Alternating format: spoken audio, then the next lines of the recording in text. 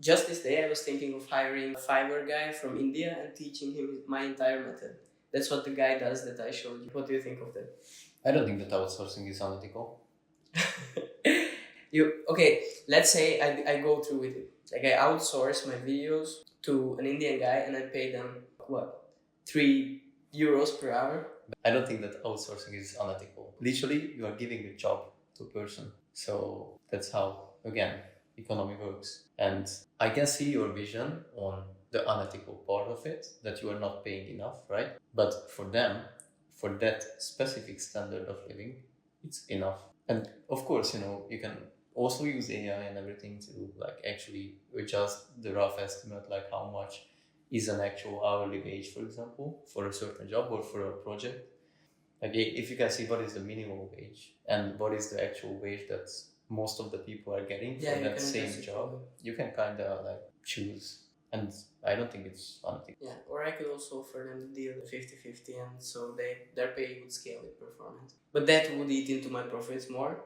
But then they would be inclined to edit videos so they perform, not just pump them out. Like, no, I do get it. Like yeah, you get it. That can create trust for sure, and therefore, like they will provide more quality. No, not necessarily trust, but if you get paid by the hour, you don't do. If you get paid by your video's performance, you will work because you want to. Of course. Yeah. No, I totally understand it, and it's actually right. It's just you also have to consider the fact that in the end of the day, it's your profits. I mean, if they are willing, because you can hire someone on Fiverr, they set their price, right? So if they set it to $3, willing to take the work, I'm good. Yeah, you should give it a try because that's what they are asking for. Yeah, that's true. So you can give it a try, but also, later on you can have an actual, individual agreement between you and the Fiverr guy. Because if you are satisfied with it, then you can, later on say something that, oh yeah, by the way, I have more channels now. This is gonna be one of the next steps after outsourcing and actually generating. After someone can like consistently post me at least one videos a day, I will focus on long form. I see how that does, and if long form doesn't pop off, then I probably start a new channel. I think starting new channels might not be the best, but just pumping out more content to the same channel might be the best one. But then, of course, it's a bigger liability because you can get by YouTube any day. Yeah, the word creator is like a broad term. Like both of us are like actually fitting in. It's difference in value, but I don't mind. Like it's something that's I do admire in the work. Actually, I had a great conversation with Miko. I'm not sure if I shared it with you, but it was when I got on a plane and I was in a phone call with Miko, and we talked about values. Like Miko was really into values at that point, and I was also really into values. And me and Miko came to the conclusion after like 1.5 hours of talking that we can differentiate between two types of values, because we use the word value in conversations so much, but we never specify what kind of value. And there are, which I like to call human values. For example, this conversation, it brings value to both of us, but it's not like raising our productivity in a sense that we immediately make more money or something. And then there's economic value. And for example, if you look at the Mr. Beast video, I put 600 people on this island. It has zero human value. Like, you gain no emotional maturity, you gain no insight into anything. You just experience a great thrill, but it has 600 million views. So it creates such a large economic value. And I can imagine this thing like a sliding scale. It's not one or the other, but more like, say, a matrix. So it could be high human value and high economic value. Let's say Huberman Labs podcast, Lex Friedman podcast, something. It can be neither. You never see those because they don't pop off. And you can put something in all four corners of this. Where would you put the Mr. Beast video? The low human value, high economic value. Huberman Labs would be here. A conversation, for example. Max human value, zero economic value. And neither is scrolling on your phone. Because you can gain some value, kinda. Like, remember you put some techniques. You can, like, let's say, analyze the video of Mr. Beast, who is, literally one of the people who are penetrating YouTube with, highly engaging content. And as a creator, I think it's a really valuable, just to use the word, piece of content to consume because they are really good at retention. They having a huge team working on these specific metrics, and they have dedicated script writers and everything. MrBeast is a really, really good creator in terms of this, and he is providing some value for the creators as well. Yeah, definitely, that you can just coach, because there are a lot of things to consider while you are watching the video, like even the script, how it's written, and we know the reward system that they are using. MrBeast, like overall the organization, they are the wizards of YouTube. I cannot disagree, of course, in a sense that it does provide, like, if we consider these two values, human value and economic value, it does provide human value. But then again, if you already analyzed his video, where does the value come from? From viewing it or from you analyzing it? Because I think, like, out of 600 million views, like 599 are just watching to get entertained. Okay, fair enough. But you got a point on that. But yeah, of course, I agree with you that it provides some human value, and it provides it to us who look into it and analyze it. I recently posted on my Instagram a note about attention economy, that the attention economy is basically wherever human attention goes nowadays is where money flows, because just simply ad placement and interaction. Wherever there are people going through, it's like a river. Where people flow, there will flow companies and opportunities and purchases and whatever. And I wanted to get your opinion on how we can maximize this long term and how it will change in the future. Because nowadays, okay, we got YouTube. We have multiple channels. We try to post on them content that perfectly captures the attention economy. This is what MrBeast is perfect at. He like mastered the attention economy. So the other day I clicked on his video and I didn't want to, like, I wanted to analyze it to, gain insight. Like, how did he do the hook? Okay, like this. Well, I didn't just do that. I watched a fucking 25-minute video of the entire thing. And at the end I was like, damn, that was a great video. I looked at the time, I spent 25 minutes watching this. And at its essence, I think that's what it is. Like, people just trade other people's time for money. Yeah, exactly. Yeah, that's what's happening. Like, that's what's happening overall on social media. But I wanted to ask you, like, with AI and everything like that, what do you think is the next step? Like, where will this evolve? Like, are people just gonna be like fucking born into a box with a screen above them and they will be an asset for someone? That's actually a really good question. I would say that, okay, I'm 100% sure. AI is not there yet. Give it like 2 months. Like, it's already launched, like the VO3 and everything. Since it's self-learning, in 2 months, we will have like 10-minute videos of, fully AI influencers. And even an AI MrBeast can be recreated easily. Yeah. And then that's it. But then what will be what will hold value? If I can make a MrBeast video with a prompt, and you can make a MrBeast video with a prompt, what will be the video that people watch? Because there will be millions of MrBeasts on YouTube. Who will stand, like, where will the attention go? Will people just stop watching YouTube or what? I think YouTube is already oversaturated as a platform itself, or overall, like, social media. Like, you can see TikTok and, like, because back in the days, I think it was called something else, TikTok? Yeah, music. Something.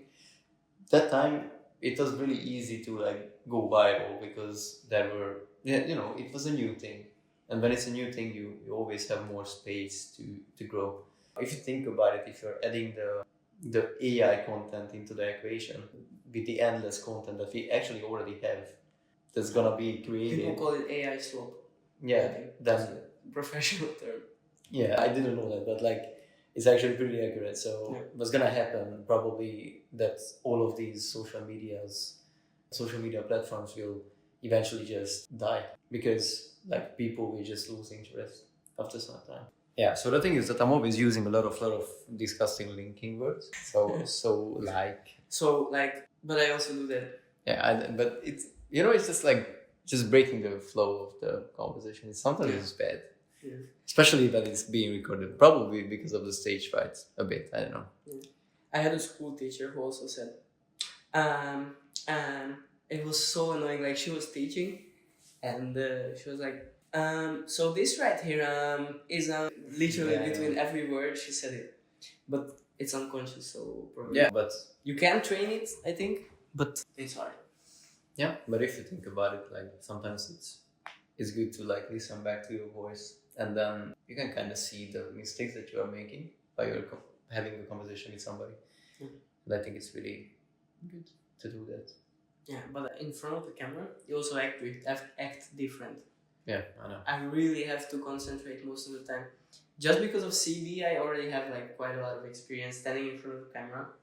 But I don't know, like the first 50 times that I recorded myself, it was so awkward. Like, I hate hearing my voice on camera as well. Now I get used to it. But it's, I don't know. You probably had it. No, I know.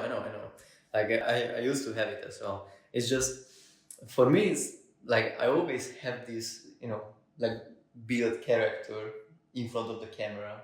And I'm always sticking to that. Like, I'm never swearing in front of the camera. Like, something that is like consciously. Do you think that's good? Well, definitely it kills the actual character in a way. But it makes it boring, no? Because it's not your personality. I don't know what to do with it, to be honest, because I'm really curious about the whole shooting part in Asia as well, because it's funny. Like it makes it fun, right? Yeah. It makes it more authentic. I think if it's authentic, you don't cuss a lot like in normal either, so it's not entirely inauthentic for you not to like. You cuss more in Hungarian. So that's actually a pretty interesting thing, because in Hungarian I do cuss a lot. Yeah. But when I started actually speaking in English, when we actually moved to the Netherlands, I feel that I could start with a blank page in terms of speaking as well. And I really wanted to eliminate. You probably already had a growth mindset, so you consciously pay attention not to swear. Yeah, but in Hungarian it's still hard, because like sometimes you're reaching a level that is like so bad that you are using a specific curse word. It's a comma. It's so bad.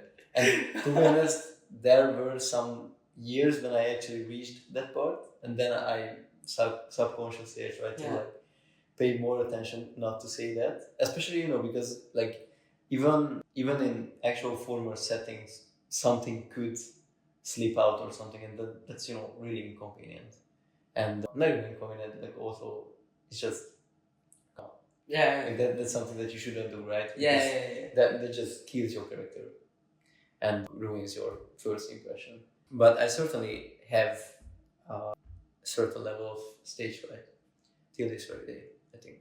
Yeah, me too. But that's, I think, because I have I used to have a lecturer, and he was so relatable because he could relate every single time. And for example, when I gave presentations in the first semester of mine at university, like there were some times when I stopped speaking because I was like so afraid that everybody was looking at me and everything, that I could not finish my sentences at all. And he told me that if you are starting with an icebreaker and then you're like creating the atmosphere for the whole room, then it just ease the whole vibe, and it works. Yeah, I think like what works for me, because I also have like horrible stage fright, not in front of the camera anymore that much, but in front of an audience. Well, it's of course. So when I held, for example, the pitch for the entrepreneur pitch for startup, I remember like I went up on the stage. And at that point, I memorized everything so much that I couldn't mess up. Like, I wasn't worried that I was going to mess up, but I did not consciously think about the words. Meanwhile, I was talking, I was looking at people's reaction and faces and everything.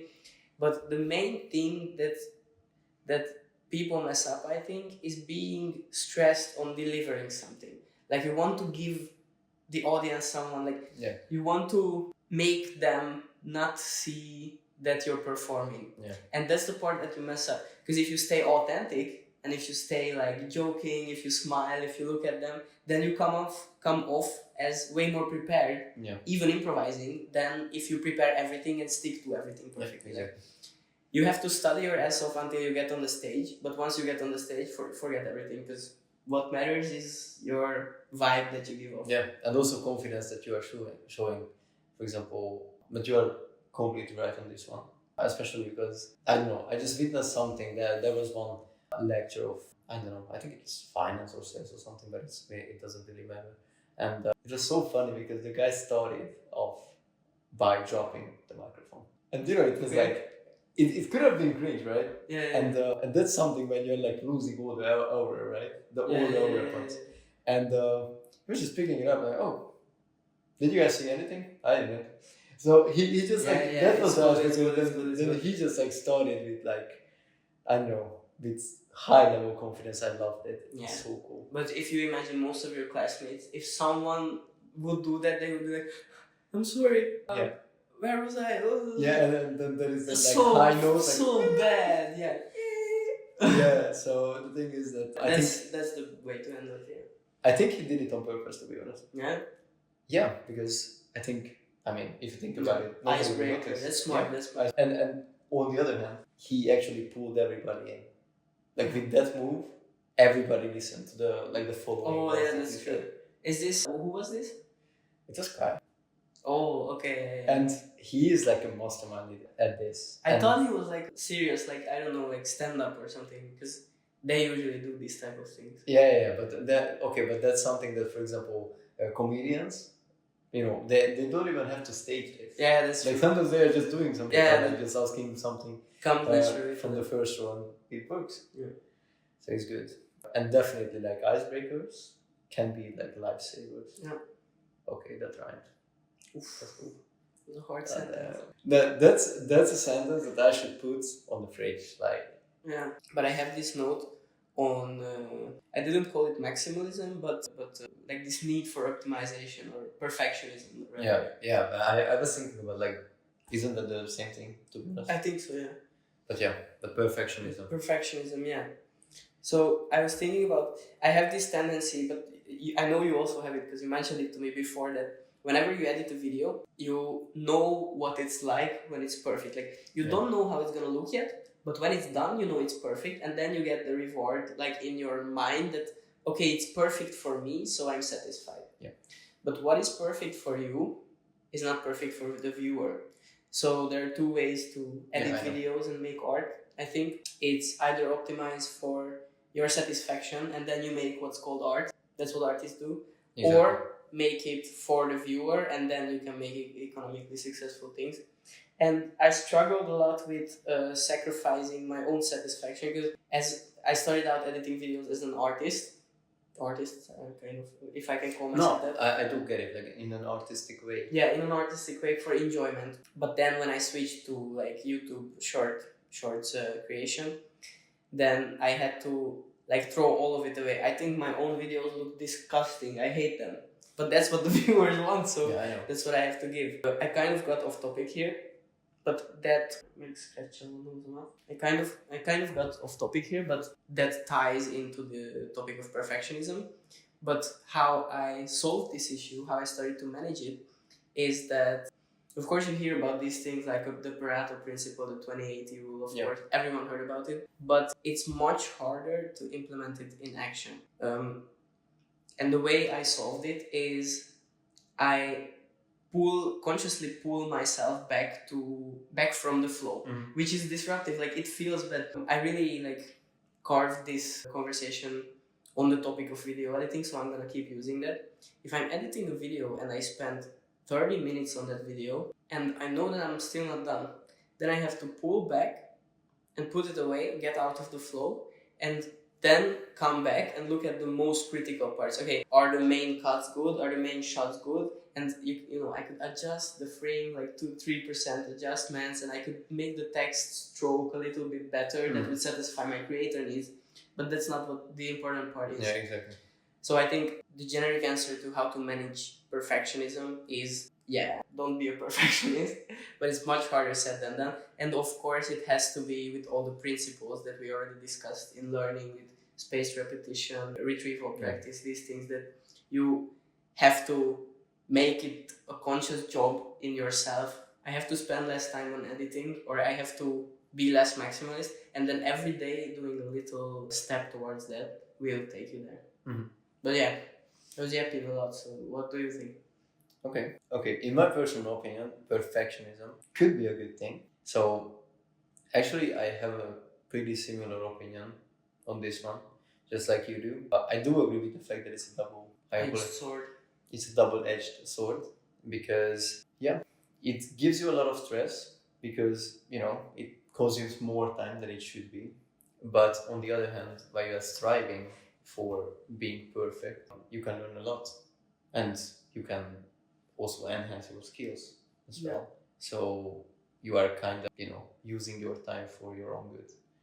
And while I'm editing videos, I do think that it does worth sacrificing the time that I'm putting in because maybe a little bit more effort, but if that shot satisfies me, then I can sleep well that night, and it's so cool. Yeah. And also like we just had the conversation yesterday about the deep burning desire, and I don't know, if you're passionate about something, right? Like we are sharing this passion about video editing and everything. And I think that if you have something as a passion, perfectionism is an addition to that. Yeah, it's a driving force. Yeah, exactly. I think perfectionism might be born from the deep burning desire. Probably. Or like guided by, or I don't know. I mean, if you think about it, if you want to have like a perfect video, that will always keep you, I don't know, focused. Or no, not even that. Okay, let me rephrase that. So I think perfectionism makes you spend more time on your passion as well.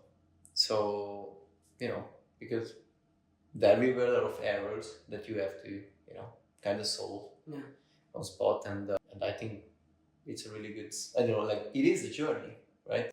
And I love it. Like I love every single piece of it because it's an extra time that you are spending on something, but it is good, especially in the end. And you can see, and that's also something as an editor. The most important part is when you actually finish a project, right? Yeah. And not even the most important part, but that's the best.